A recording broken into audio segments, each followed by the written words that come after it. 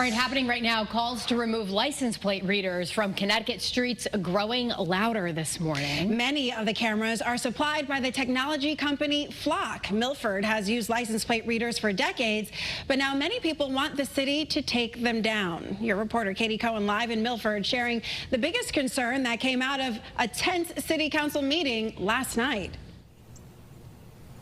Residents say the Flock cameras invade their privacy by capturing their license plates and storing their data, but city officials have not said if they're going to take any action just yet.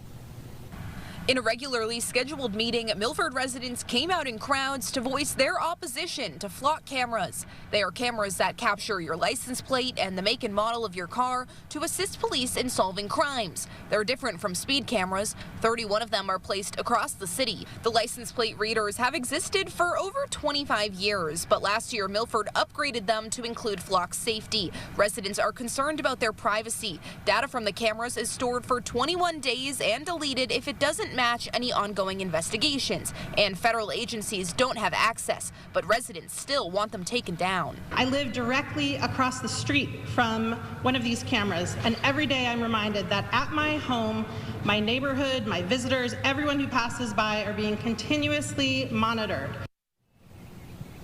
Milford's police chief says these cameras help solve crimes, specifically for missing persons and stolen car investigations. He also says it helped them solve a murder that happened here in June. I'm your reporter live in Milford, Katie Cohen, Channel 3 Eyewitness News. All right, Katie, thank you. On that note, people in Middletown are also raising similar concerns about privacy now that the city wants to use Flock cameras on drones. Officials say they would only be used to help first responders in an emergency. Middletown does not have Flock cameras on the roads, though it does have speed cameras up around town.